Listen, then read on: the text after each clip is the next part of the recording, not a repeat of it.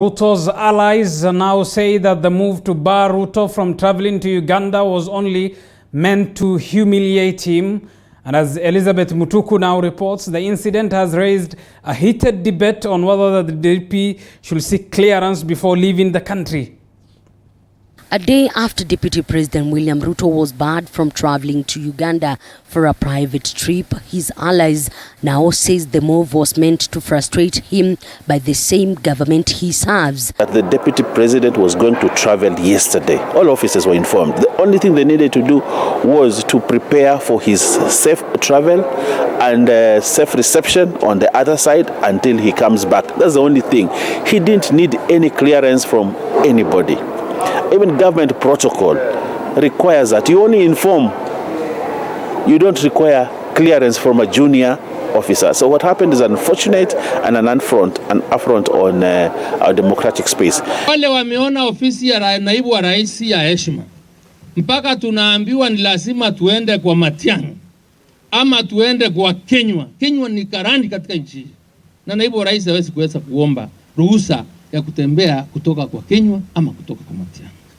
Hiyo ni aibu na ni madharau kwa hizi maofisi. Kwa hivyo tunawaambia tufuatilieni sheria because hatutaki kuharibu nchi yetu na nchi yetu ni lazima ichungwe. Lakini kumwaibisha, kumweka masaa 5 akiambiwa unataka clearance kutoka huyu, sio mimi ni huyu, hiyo sio masuala ya security. Na saizi wameona walikuwa wanatumia uongo, ndio sababu wanaanza kujaribu kucover their mistakes with a lot of stories. But I can tell you, I can tell them, you have had your day, this is your time, continue. Sisi, we cannot be provoked because we love this country more than ourselves. So we cannot. However, National Assembly Minority Whip Junet Mohammed says any government officer should seek clearance before traveling to a foreign country, calling on Deputy President to resign if he feels frustrated. Mambo ya kusema frustration, nini, you have an option of resigning.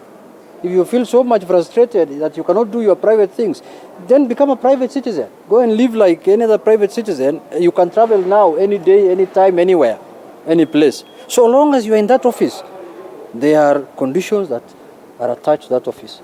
And some of them are approvals. So you can't have your cake and eat it.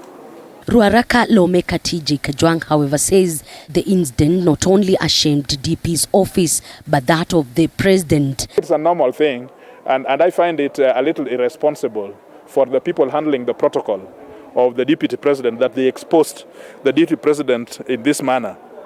It should have, including the president, when the president travels, he has an office of protocol that does his immigration things. You may think that Uhuru just travels and gets into a plane and go, there are things which happen in the background. There is a protocol guy whose job it is to find out the immigration status of the president and to call the countries over whom he will fly. Meanwhile, elders from Rift Valley are now calling for resignation of Interior Cabinet Secretary Fred Matiang'i following the incident. The president is red-taped when his private travel plans to Uganda are curtailed, when he is subject to requirements that he should get a letter from a chief, from an employee of a government.